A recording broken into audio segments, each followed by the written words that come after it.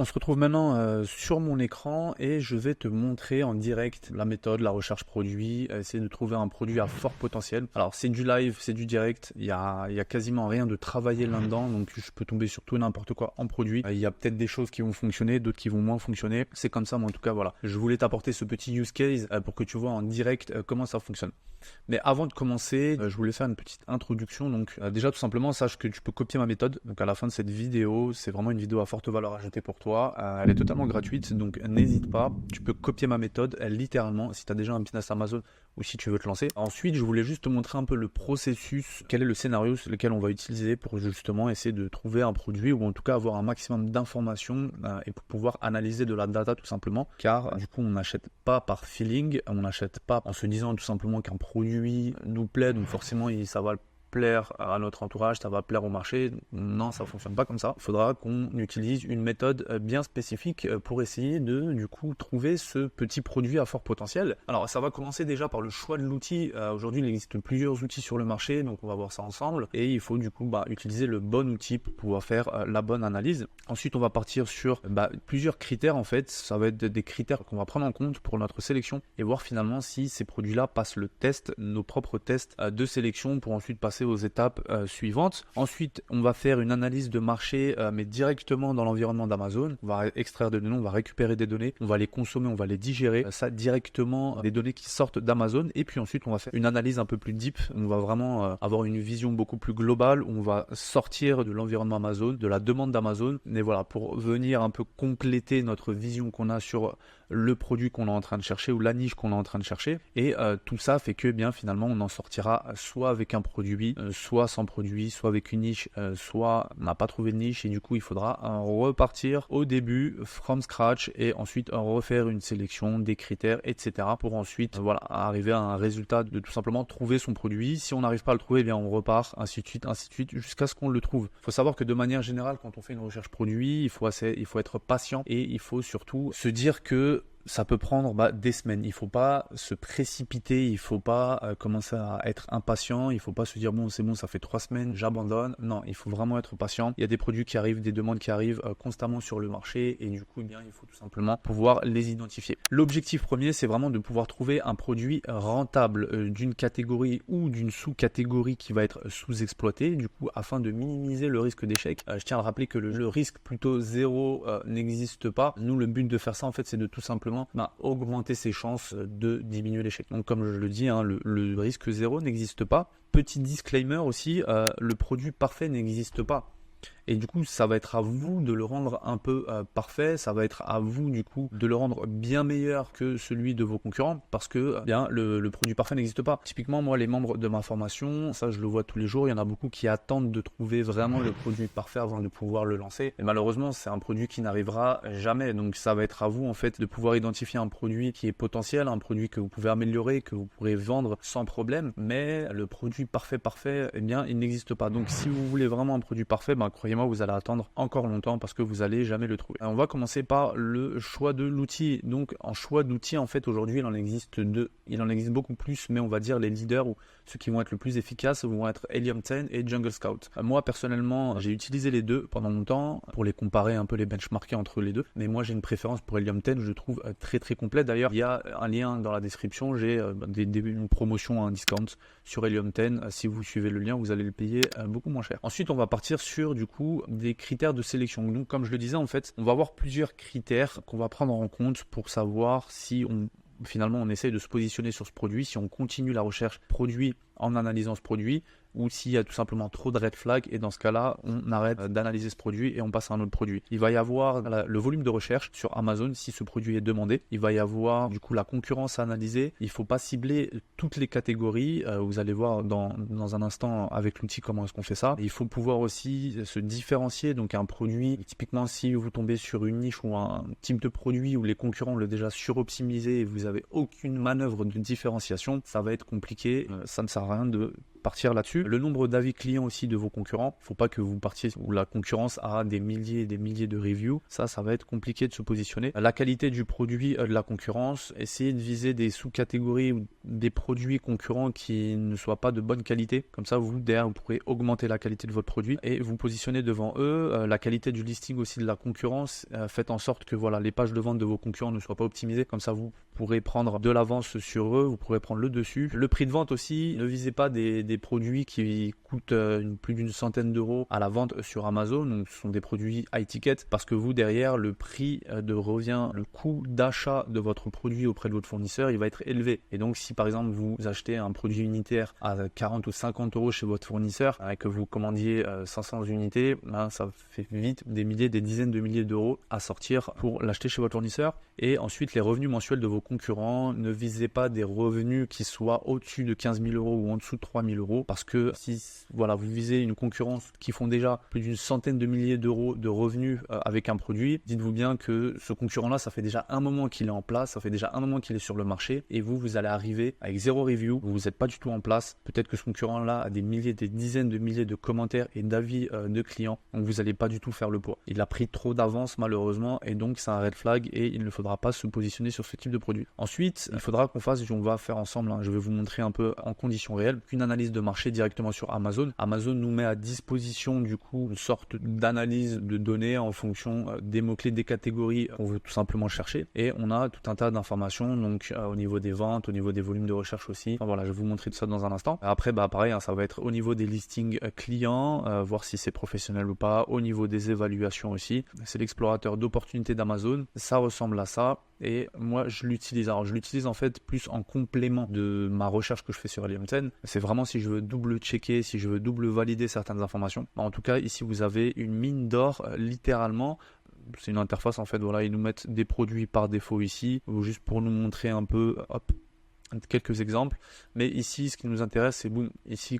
Quand vous cliquez sur, vous découvrez des opportunités par catégorie. Vous avez ici toutes les niches en fait, donc, sur lesquelles vous souhaitez faire une petite recherche, une analyse. Donc on va prendre par exemple cuisine et maison. On va prendre café, thé et expresso. On va prendre accessoires pour machine à café et on va voir un peu quels sont les best-sellers, les produits les plus vendus, etc. Donc ici en termes de volume de recherche, eh bien on voit donc sur les 360 jours, là on voit une croissance et là on voit la recherche sur les 90 derniers jours. Pourquoi pas prendre les 3 derniers mois et on voit le volume de recherche, si on le veut par mois, on le divise par 3 tout simplement. Donc on voit que ici les rangements à capsules, ça fonctionne plutôt bien. On voit qu'il y a énormément de demandes. Voilà, ça reste quand même dans les top 3 des produits les plus demandés.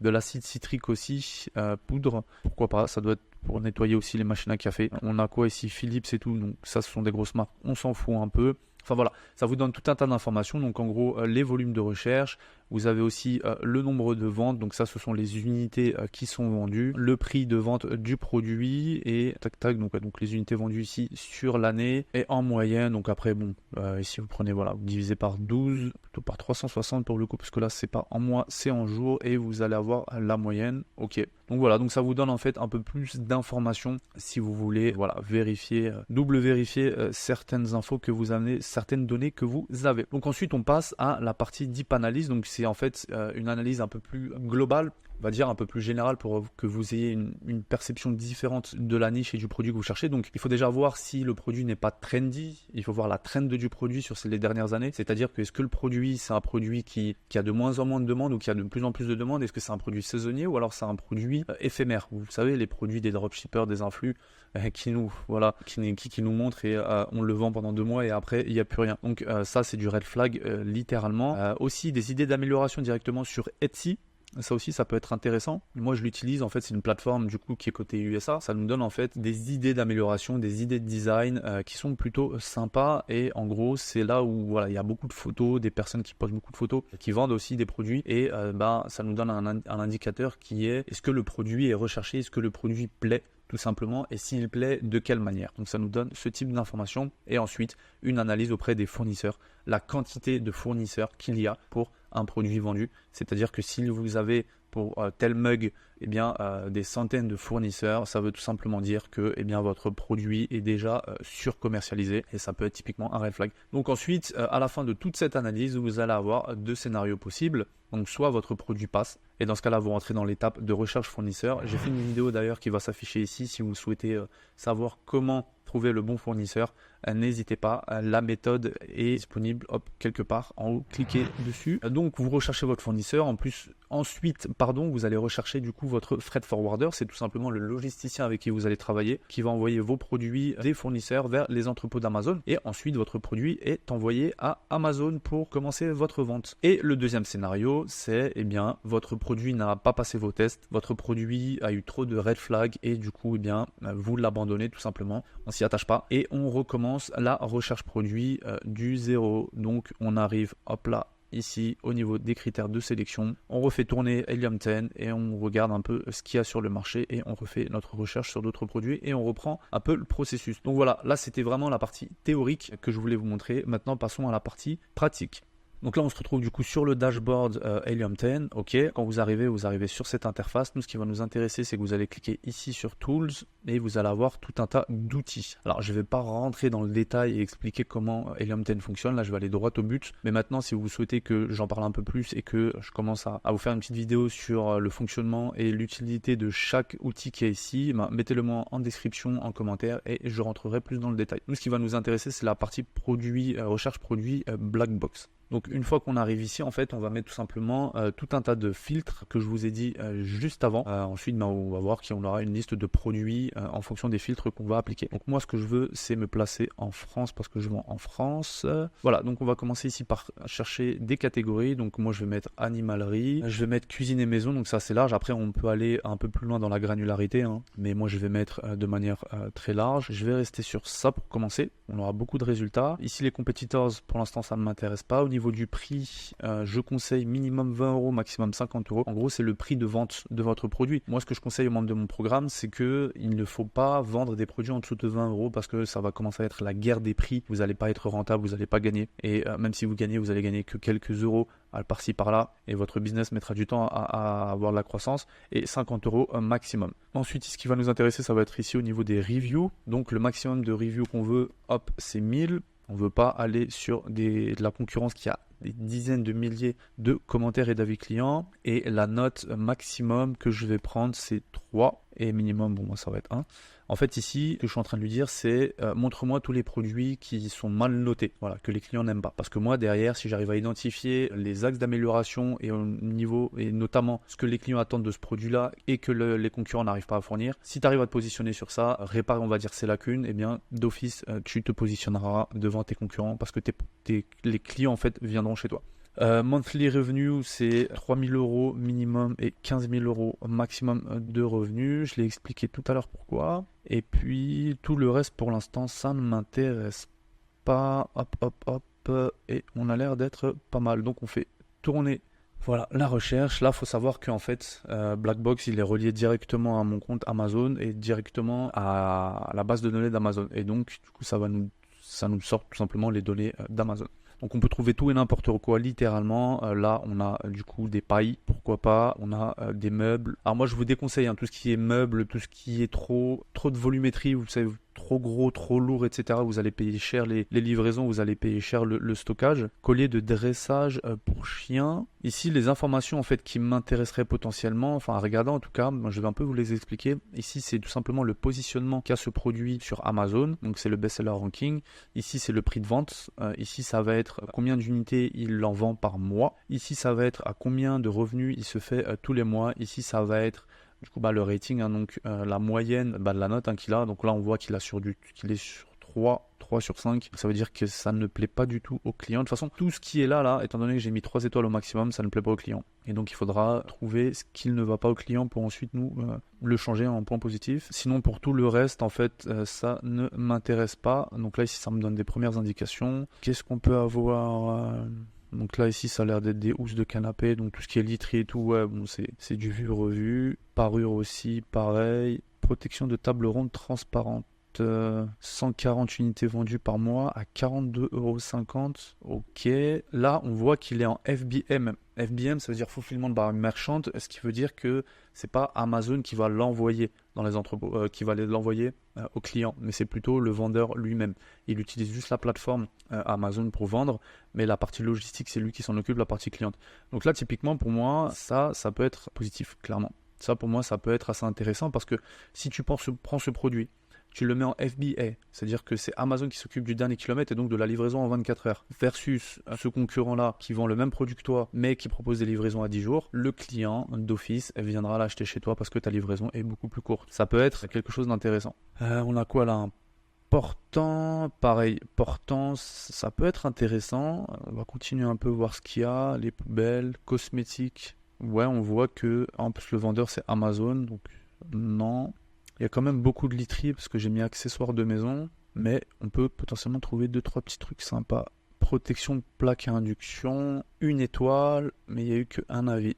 Je pense que ça fait pas longtemps qu'il le vend. Ouais, ça fait 3 mois. Ça fait 3 mois, il a qu'un avis. Donc, ouais, ce produit-là m'a l'air un peu bizarre. 90 barquettes. Oui, ok, ça ce sont les barquettes. Pas forcément d'axe d'amélioration là-dessus. Ça c'est papier dessin, ok. De la peinture. On va voir ce qu'il y a en 3e page. Quand même beaucoup de literie, hein. Moka Express, la cafetière Expresso iconique, cafetière Moka en aluminium, italien argenté. Est-ce que c'est... Je vais quand même curieux de voir un peu ce produit-là. Moka Express, la cafetière Expresso. Alors je pense pas que ce soit la marque pour le coup. Je pense que c'est vraiment... Alors la première des choses que je fais en fait, c'est que... Hop, cafetière Expresso. La première des choses que je fais, c'est que je me rends là, dans la barre de recherche, j'ai installé en fait le plugin Helium 10 et je regarde tout simplement s'il y a de la demande pour ce type de mots-clés, cafetière Expresso. Et tous les mots-clés qui vont être associés aussi. Donc on n'est pas obligé de se positionner que sur cafetière Expresso. Si typiquement là je vois par exemple cafetière italienne, cafetière Nespresso, voilà, ça peut être des mots clés sur lesquels on peut se positionner. Donc là, là on va voir en termes de volumétrie s'il y a de la demande. Donc voilà, là on voit tout de suite les mots-clés, hop, et on voit en termes de volumétrie ici, on voit effectivement il y en a quand même beaucoup. Donc on voit tout ce qui est cafetière italienne, cafetière Nespresso, cafetière Espresso, ok, machine à café, cafetière grain, cafetière italienne. Donc on voit en fait effectivement qu'il y a quand même beaucoup de volumétrie de recherche pour ce type de cafetière en aluminium. Alors analysons rapidement déjà. Hop, les photos, on voit que c'est vraiment bas de gamme. On voit c'est vraiment bas de gamme. Ok, on voit le prix, il est bon, 23,99. On voit que les clients ne sont absolument pas satisfaits. On voit pareil ici, c'est pas du tout optimisé la description. Est-ce qu'il a son contenu optimisé? Non, on voit qu'il a simplement une description du produit. Clairement, je pense qu'on peut faire mieux. Alors, on va voir maintenant les commentaires. Très mauvaise qualité. Juste avant la laver, la matière est très médiocre. Voyons un peu les photos. Ah oui, effectivement, ouais, on voit que c'est...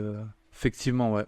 On voit que la qualité, elle est pas folle. Très mauvais produit qui fait du très mauvais café. Il avait du café moulu encore dedans. L'article n'est pas neuf. La poignée a fondu, le café a cramé, voilà. Tout ça, ce sont des mines d'or. Franchement, c'est de l'information qu'on peut récupérer pour améliorer le produit. Acheter Bialetti, je pense que ça doit être une marque. C'est plus cher, mais ça fonctionnera. Donc, ouais, typiquement, si ça fonctionne et que si les clients sont satisfaits, vous pouvez même augmenter le prix, je pense. 10 minutes, hein, je vais sortir 2 tasses à espresso vendues pour une 6 tasses, tasse à 10 net. À déconseiller. Donc là, de ce que je vois, c'est que la qualité a l'air d'être médiocre, donc ça littéralement on peut l'améliorer. La poignée en plastique a l'air aussi de fondre ou ils sont pas certains que ça tienne, donc c'est aussi à vérifier. La contenance a l'air d'être assez petit, on ne pourra pas l'augmenter. Donc voilà, donc il y a quand même des points d'amélioration ici. On voit littéralement qu'on peut clairement améliorer, peut-être le matériau, enfin voilà, ça après ça va être à voir avec le fournisseur ce qu'on peut faire dessus. Voilà, parce que là, ce produit-là, il fait combien par mois? On était ici, voilà, il fait à peu près 3400 avec 2 étoiles, quasiment pas de review. Donc je pense que littéralement on pourrait partir dessus. En plus ça c'est de l'aluminium ou du fer, enfin à voir, je sais pas du tout, pour le coup je ne m'y connais pas trop. Voir avec le fournisseur à combien on peut en sortir. Donc si maintenant je prends, parce qu'il doit y avoir du coup d'autres produits similaires, voilà, si je fais voir plus... Les prix, c'est à peu près, voilà, trentaine d'euros. Je peux avoir la liste complète. Cafetière italienne, cafetière italienne, cafetière italienne. Voilà, alors je vais essayer de retrouver un peu. Si je fais cafetière italienne. On va essayer de trouver du coup, voilà. On voit il y a des très très beaux produits qui sont aussi vendus. Voilà le choix d'Amazon, mais on voit que le premier a 25 000, 7 000, donc ouais, on voit que il a énormément de reviews. Le troisième, il tombe à 1000, 2000, et ensuite on en a à 300, on en a 11, on en a à 300. Donc clairement, je pense qu'on peut clairement se positionner si on arrive à fournir un produit de qualité ici. Mais bon, pour l'instant, c'est qu'une une opinion un peu préliminaire. Du coup, ce que je veux faire, c'est alors déjà voir est-ce que en termes de design, on a à peu près, voilà, on a quasiment la même chose, ça doit être la même marque, non? Ouais, donc déjà tout cela là, on voit ce sont des marques différentes, mais ce sont exactement les mêmes produits. Et pourtant ils sont sur la première page, donc on voit la qualité elle doit être médiocre aussi ici. Pourtant ce sont les mêmes produits. À voir si on peut pas se différencier. Par exemple celui-ci se différencie, le vend beaucoup plus cher et n'a que 600 reviews. Donc ouais. Donc on voit qu'il y a potentiellement, voilà, donc lui là, changer la couleur, ça peut être astucieux, voilà, à rappeler un peu l'Italie. Lui il rajoute des accessoires en plus à voir sur Etsy. Maintenant on va se rendre sur Etsy, hop là, cafetière italienne, et on va voir un peu du coup, ce qu'on peut trouver comme, oh, voilà, par exemple celle-ci elle est très originale, on va voir dans quelques minutes, celle-ci aussi. En plus, tout à l'heure, on parlait de la poignée. Là, la poignée est en bois, donc j'imagine elle va être beaucoup plus résistante. Donc voilà, sur Etsy, en fait, ça peut littéralement nous donner des super belles idées. On voit aussi celle-ci est très design. En plus, ça fait un peu côté très épuriste, très moderne. Ça fait un peu aussi un effet, vous voyez, bio. Qu'on peut aussi jouer sur cet argument-là marketing, en tout cas faire des très belles images lifestyle et cibler ce type de persona tout simplement en face. Donc cibler les personnes bio. Alors, est-ce que les pages sont arrivées? Non.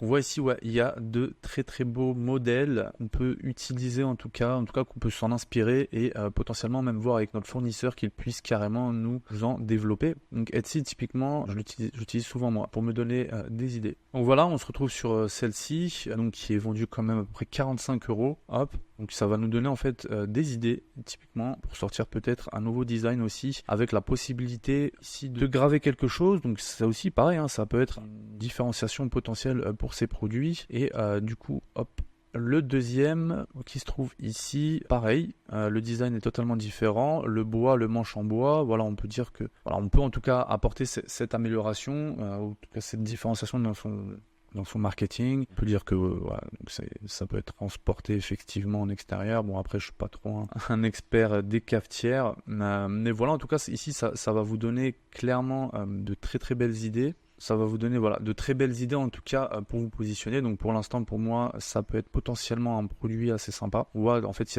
sur la première page, on voit qu'il y a des produits qui sont vendus, qui sont déjà bien rankés, mais qui ont que quelques avis, quoi. Maintenant, allons voir niveau trend, qu'est-ce que ce produit, qu'est-ce que ce produit nous dit, tout simplement. Est-ce que c'est un produit qui a pas beaucoup de demandes, plus de demandes, de plus en plus de demandes, voilà. Donc c'est vraiment le but en fait d'utiliser Google Trends aujourd'hui. Donc on va voir ça. Donc on va taper cafetière italienne, terme de recherche. Ok, donc déjà ça me plaît.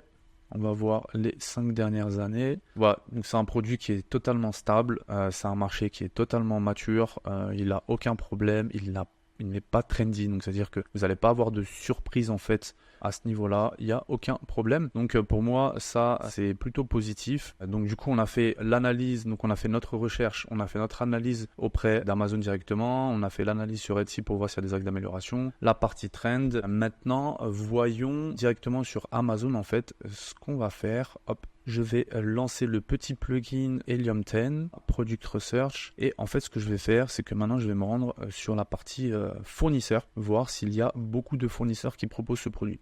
Alors après, attention, c'est pas parce qu'il y aura aussi beaucoup de fournisseurs qui vont proposer ce produit que typiquement, ça va être un gros red flag. Donc après, il faut prendre aussi l'ensemble des critères dans son ensemble, dans sa globalité, pour se donner une idée. Mais en tout cas, voilà, ça vous donnera quand même une bonne indication. Ouais, c'est exactement ça qu'on veut. Et là, je me rends directement sur Alibaba pour regarder. Donc là, on est sur Alibaba. C'est exactement ça qu'on veut. Ce type de produit. Et on regarde à peu près, ouais. Ouais, il y a quand même pas mal de fournisseurs en fait qui proposent ces produits. Encore une fois, hein, si vous voulez en savoir plus sur les fournisseurs, n'hésitez pas. J'ai fait une vidéo à ce sujet. Donc là, effectivement, il y a quand même beaucoup de fournisseurs qui proposent ce type de produit. Après, juste cet indicateur-là ne veut pas forcément dire qu'on n'y va pas, hein. Au contraire. Par contre, là, ce que je vois en fait, c'est que ils proposent des produits, mais qui restent quand même des produits un peu différents. Vous voyez, au niveau des poignées, là, ce ne sont pas les mêmes. Là, c'est carrément un tout autre design. Si vraiment, on a une cinquantaine de fournisseurs qui proposent exactement mot pour mot le même produit, là, pour le coup, ça aurait été problématique. Mais là, ça va. On a quand même des bonnes différenciations, comme celle-ci, elle a l'air d'être sympa aussi. Celle-ci, donc voilà.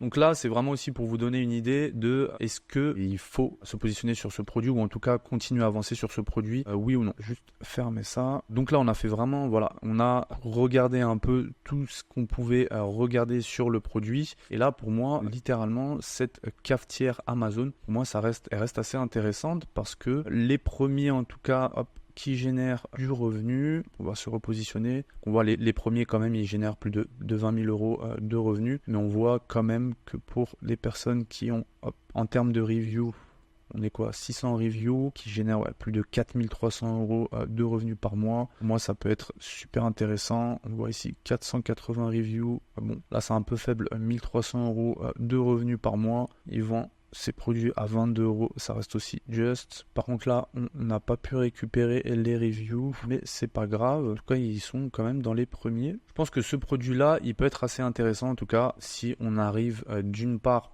à proposer des bons axes d'amélioration sur ce produit-là, si on arrive à faire un peu la différence, parce que là, visiblement, on a quand même beaucoup de même style, de même modèle sur les premiers résultats de recherche. Donc je pense que si on arrive quand même à se différencier, proposer un truc différent, pourquoi pas rajouter du bundle, rajouter des accessoires en plus, un peu comme lui là, ce produit-là, il rajoute des accessoires en plus, pourquoi pas avoir peut-être inclure aussi une sacoche de transport pour l'extérieur. Enfin voilà, réfléchir à ça. Au niveau des prix, pour moi, là, on a l'air d'être bon. Il y a quand même des prix voilà, qui frôlent les 40, je crois qu'ils dépassent même les 40 euros. En dessous de 20 euros, c'est pas la peine. Nous, on vise plutôt les trucs voilà, d'une trentaine, quarantaine d'euros. Là, on voit que lui, il a 69 euros. Et pourtant, ça se vend très bien parce qu'il a beaucoup de reviews. Donc voilà, donc nous, on vise vraiment voilà, ce type de prix-là en vente. Hein. On vise pas moins. Ensuite, au niveau de la concurrence, on voit que malgré qu'il y ait quand même 2-3 gros qui sont en haut, ça n'empêche que on peut tout à fait se positionner parce qu'on voit que derrière il y en a qui ont beaucoup moins de reviews et qui arrivent quand même à se positionner. Donc si on arrive à se positionner avec un très bon prix de vente, avec une différenciation du produit, avec un design différent et en partant plutôt sur du 4 étoiles et demi voire 5, là clairement on arrive sur la première page de vente sans problème. Donc après les choses à vérifier ensuite dans les prochaines étapes, ça va être plus sur la partie prix d'acquisition au niveau du fournisseur, si on peut améliorer le produit avec le fournisseur, si le prix d'achat du coup il va pas être élevé, ça va être plutôt partir sur ça. Donc en gros derrière après tu fais un très beau packaging, un très beau design, tu déposes ta marque et voilà. Donc du coup c'est vraiment ce type d'analyse qu'il faudra faire, aller bien en profondeur. Bien sûr là je suis pas parti en profondeur parce que la vidéo du coup elle durera beaucoup plus longtemps. Ensuite ce qu'il faut faire c'est vraiment analyser les avis de plusieurs clients, de plusieurs vendeurs pardon. Une fois que tu as analysé les avis de plusieurs vendeurs, t'en sors une liste d'axes d'amélioration, une liste de points négatifs, une liste de points positifs. Tu regardes avec le fournisseur s'il peut du coup arranger tout ça. Il faut aussi que tu regardes l'ancienneté des vendeurs, si les mecs ça fait 10 ans qu'ils sont en place ou que quelques mois pour ceux qui viennent d'arriver qui font déjà du chiffre. Nous ce qu'on vit c'est au minimum 3-4 000 euros de revenus par mois avec ce type de produit. Voilà, il faudra vraiment vérifier tout ça. Et une fois que tout ça, donc tous les voyants sont ouverts, et bien à ce moment-là, on passe à la prochaine étape qui est de travailler avec le fournisseur, qui est de travailler avec ton designer pour le packaging, déposer ta marque, etc. D'ailleurs, j'ai fait une vidéo sur toutes les étapes à suivre sur Amazon. Si ça t'intéresse, n'hésite pas. Donc voilà, donc c'était vraiment mon analyse sur un use case réel. Donc typiquement, ce produit-là peut être assez intéressant. Après, encore une fois, je suis pas allé en profondeur. Donc peut-être qu'il pourrait y avoir du red flag juste après. Ça, je sais pas. Mais pour l'instant, en tout cas, moi, ce produit-là, je continuerai à aller au bout. Voir ce qu'on peut en tirer. Et clairement, en plus, le marché du café, la niche du café, c'est un truc qui a de la forte demande. Mettez-moi en commentaire si cette vidéo vous a apporté de la valeur ou pas, si vous voulez que je fasse plus de vidéos de ce type-là. Et puis, si maintenant tu vas aller beaucoup plus loin dans l'accompagnement, dans l'information autour du business model Amazon FBA, n'hésite pas, réserve un appel, il y a une description sous la vidéo. J'ai aussi développé une formation gratuite, une mini-formation gratuite qui est du coup 100% gratuite pour le coup. Tu peux y aller, il y a 3 épisodes, 3 longs épisodes qui t'expliquent comment développer ton business en partant de zéro jusqu'au jour où tu vends ton produit chez Amazon. C'est totalement gratuit. profites-en, c'est vraiment de la valeur que je te partage et que je te donne, qui a le lien aussi dans la description, n'hésite pas, tu as juste à mettre ton mail et ton nom, ton prénom, et ensuite tu y accèdes gratuitement, je t'envoie tes accès tout simplement. N'hésite pas aussi à réserver un appel avec un membre de l'équipe ou avec moi-même directement pour peut-être échanger un peu plus si tu veux plus d'informations sur l'accompagnement, si tu veux plus d'informations sur Amazon ou n'importe quelle autre question, hein, ne t'inquiète pas, ça va être juste être une discussion amicale entre deux personnes sans problème. Puis bah écoute, je te dis à bientôt dans une prochaine vidéo, n'hésite pas à liker la vidéo, ça la fait monter aussi en positionnement, un peu comme tes produits sur Amazon, et n'hésite pas à commenter si tu veux, voilà, tout simplement m'apporter tes commentaires. Allez, ciao.